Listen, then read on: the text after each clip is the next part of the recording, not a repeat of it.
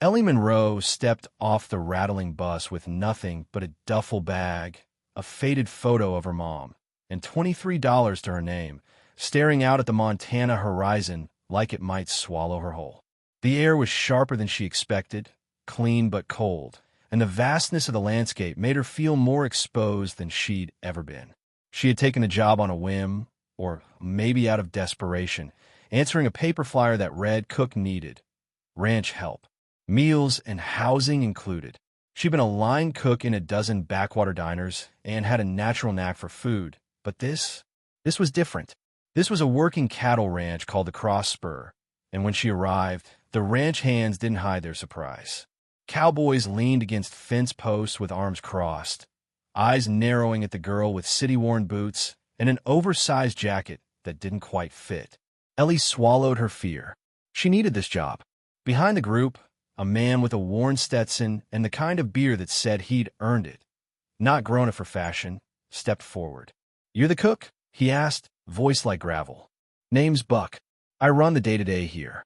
Don't worry, no one bites much." There was a dry chuckle, and the other cowboys relaxed a fraction. One, however, didn't smile.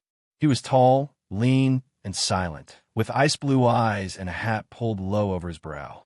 He didn't say a word, just watched. She'd come to know him later as Luke. But that first day, he might as well have been carved from stone. Ellie was shown to the bunkhouse kitchen, a battered old room with a grease-stained stove, warped cabinets, and a sink that groaned when you turned the water on. It was nothing like the polished kitchens she'd once dreamed of working in, but it was hers, at least for now. She unpacked the meager supplies she'd brought, her chef's knife, a few spices, a notebook filled with recipes, and got to work. That first dinner, she made chili. Not fancy, but hearty, and it simmered all afternoon until the smell filled the entire bunkhouse. When the cowboys came in, grumbling and sunburnt, they looked skeptical. One sniffed the pot and said, "Hope she knows we ain't rabbits. We eat meat." Ellie ladled him a bowl without a word, and when he took a bite, his eyebrows shot up. Damn, that was all it took.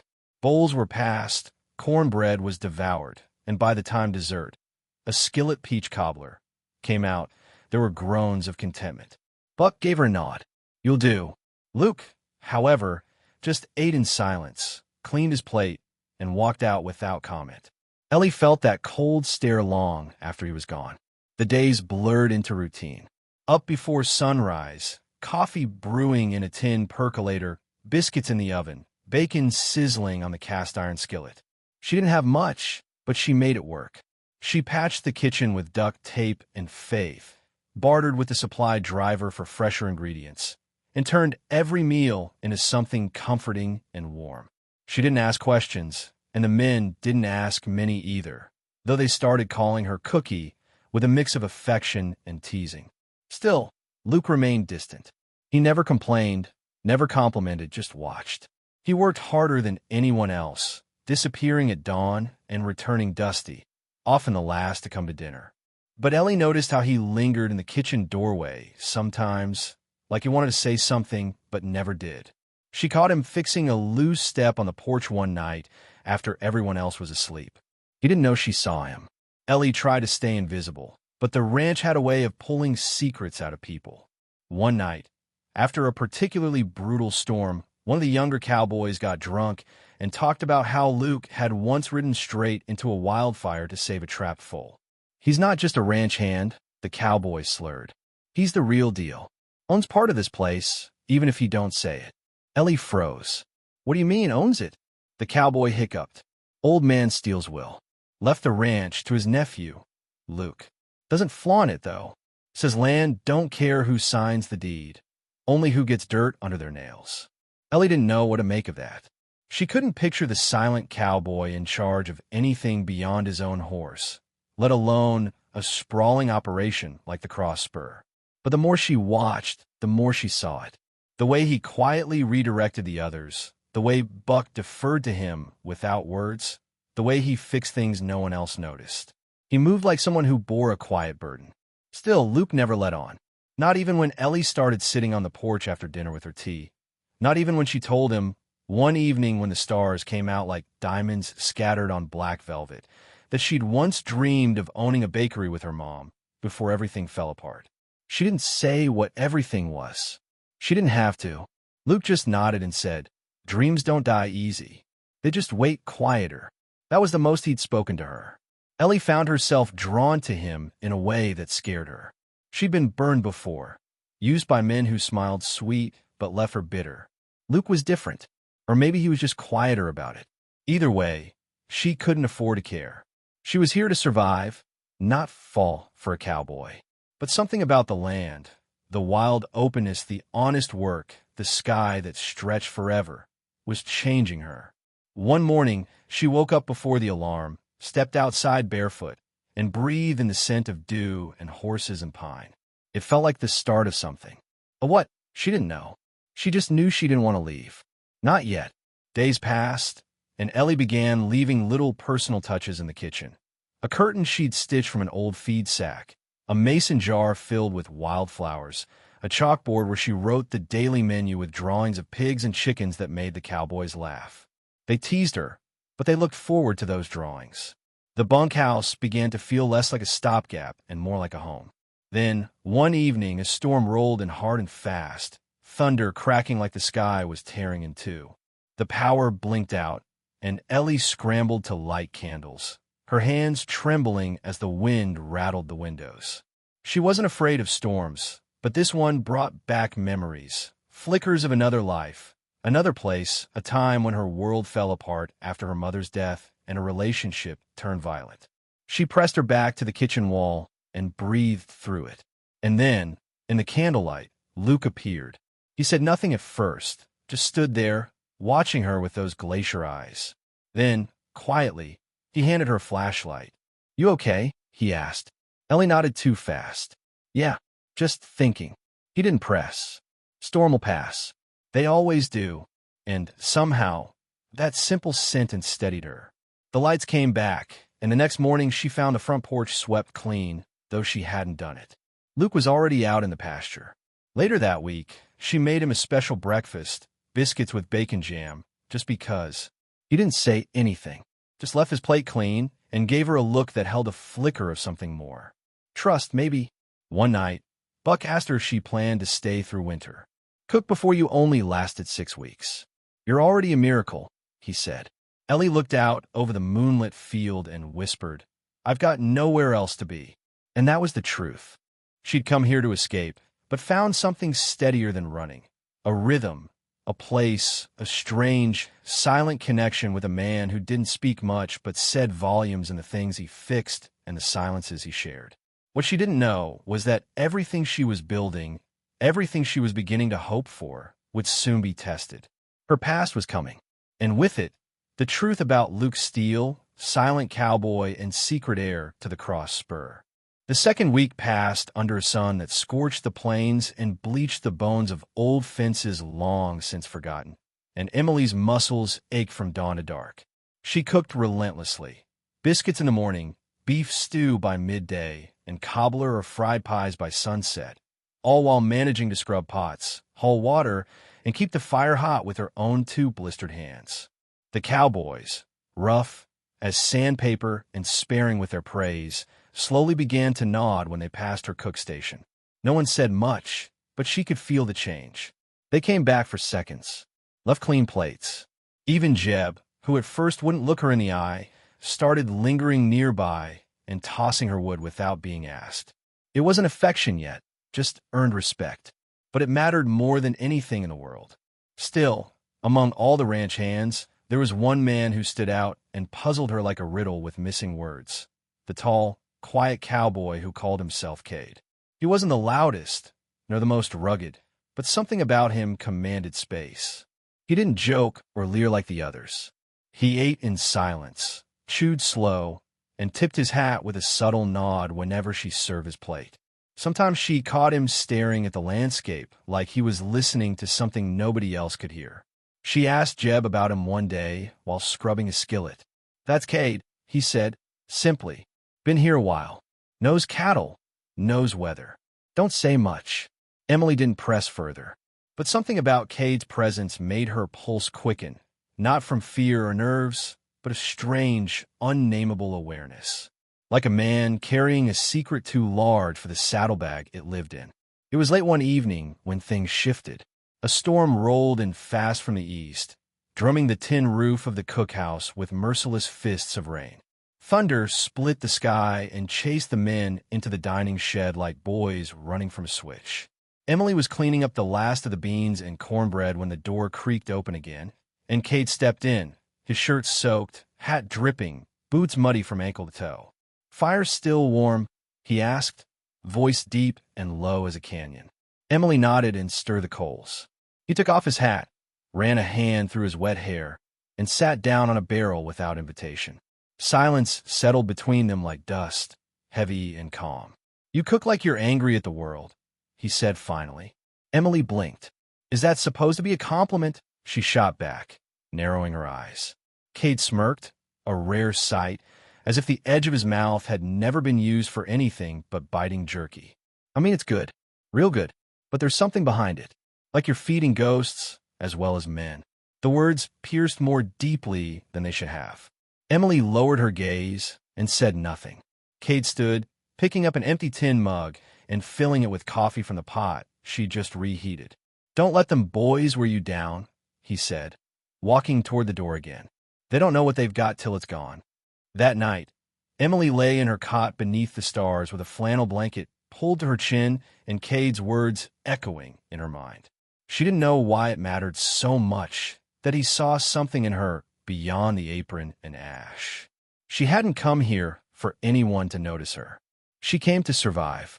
But now, a quiet seed had been planted, one that made her wonder about the man who watched more than he spoke.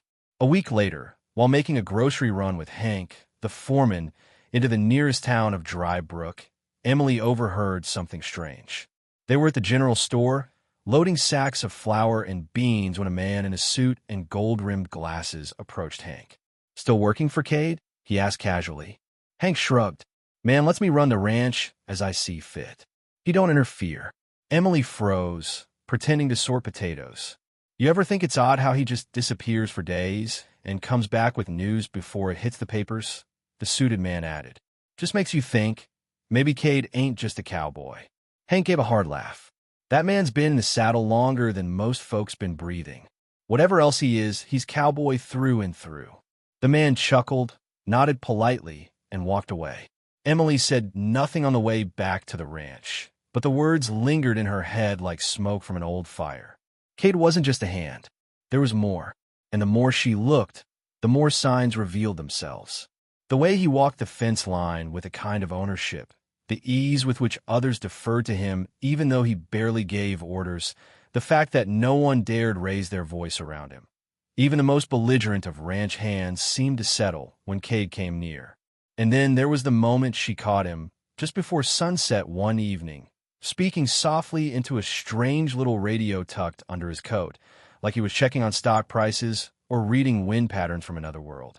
It all clicked into place the day a slick man from the city showed up in a polished truck, suit sharp enough to cut glass, talking big and loud about land rights.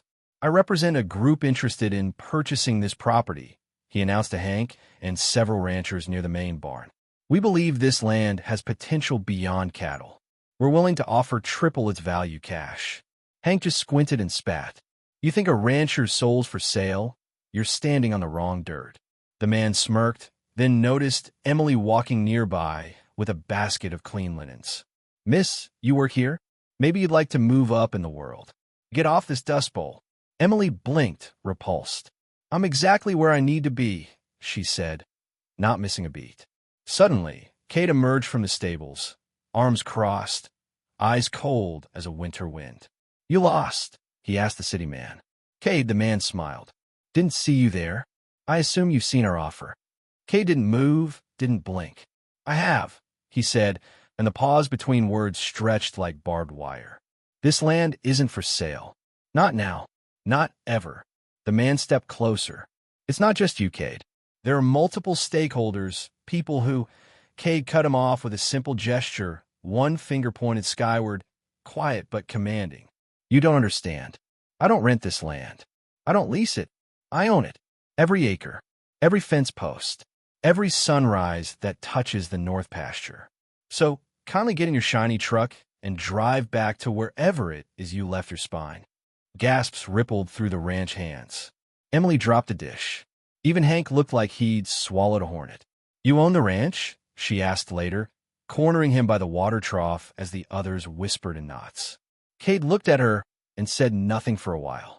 It's not something I advertise, he finally answered. Folks treat you different when they think you're above Em. She stared, shocked. You've been out here, sweating like the rest of them, fixing fences, sleeping in the bunkhouse. What? Cade met her eyes then, and for the first time, he looked tired. Because land don't care about titles. It cares about care, about hands in the dirt. I've seen too many ranches ruined by men who buy them like trophies and don't know the weight of their worth. Emily stood there, caught between awe and anger. Why didn't you tell me? She asked, feeling foolish for every moment she'd underestimated him. Cade looked away. Would it have changed how you treated me? She paused, her throat thick. Maybe. I don't know. But I'd have liked to make that choice myself. He nodded, accepting the honesty. Well, he said, tipping his hat and turning toward the dusk, now you know. From that moment on, everything shifted. The hands straightened up around Cade. He wasn't just one of them. He was all of them and more. They respected him before, but now they followed him. Not blindly, but with a loyalty that went deeper than duty. And Emily, caught in the middle of it, found herself not just baking pies, but managing the supply ledgers, coordinating feed deliveries, even sitting beside Cade as he walked the land and talked about its history, its seasons, and the future he dreamed of preserving. But with knowledge came risk. Others knew now, too. Developers circled like vultures. Banks sent letters. One night, someone cut the north fence and spooked the cattle into a neighboring gorge. And Cade, now fully revealed as the landowner, bore the brunt of every threat, every broken wire, every whispered betrayal. Emily stayed, baking harder than ever, helping patch damage, writing lists, preparing meals, and most of all, standing beside him. The cowboy who didn't just ride the range, but ruled it with humility.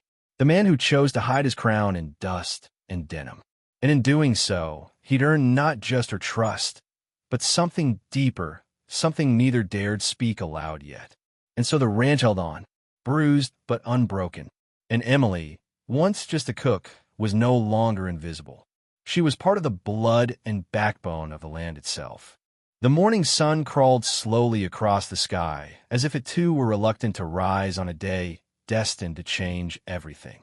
Clara stood alone by the edge of the barn, her apron stained, her eyes red from a sleepless night spent reckoning with the storm that had torn through her world. The evening before had ended in chaos.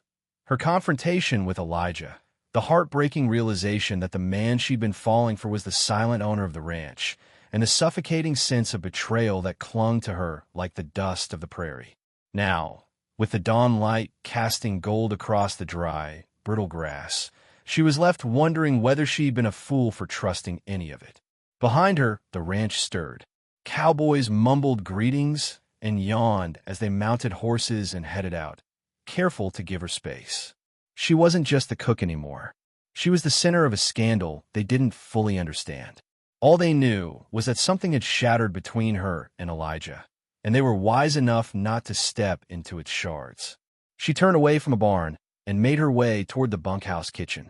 The work didn't stop, no matter how broken your heart might be. Eggs still needed scrambling.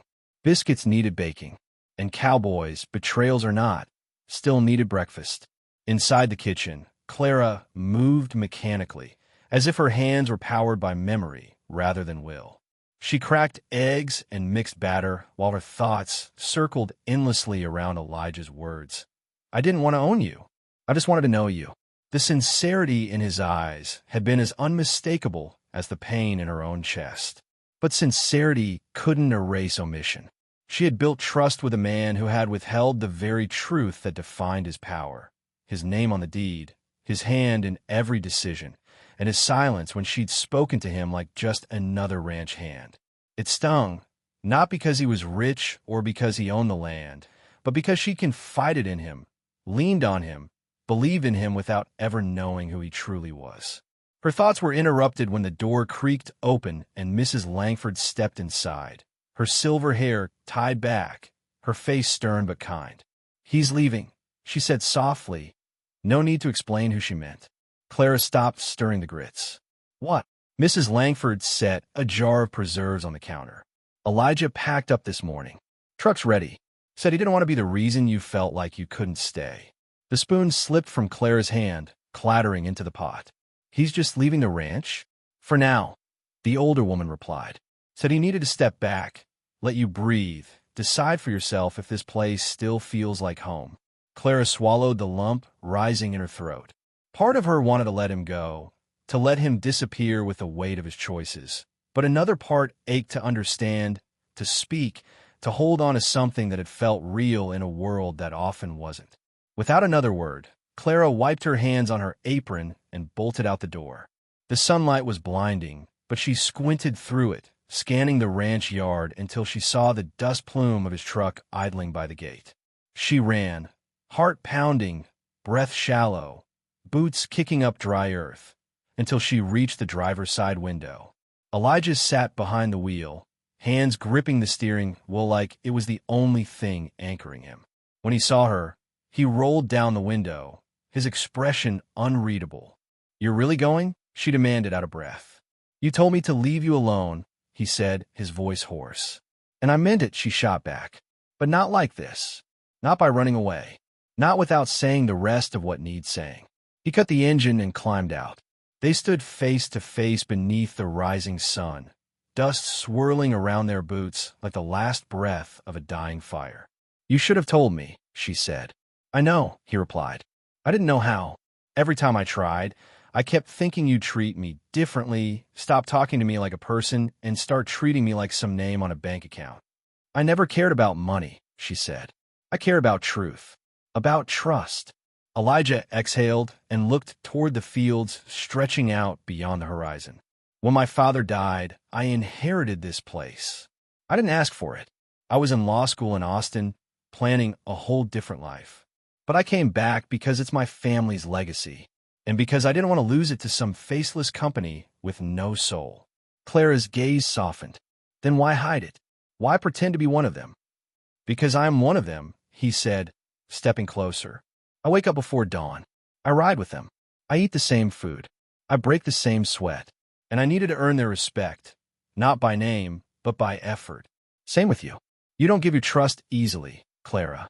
I figured if you knew who I was, you'd never give it all." The silence between them crackled like a fuse waiting to be lit. Finally, Clara broke it. "Maybe I wouldn't have. Maybe I've been skeptical or stubborn or scared.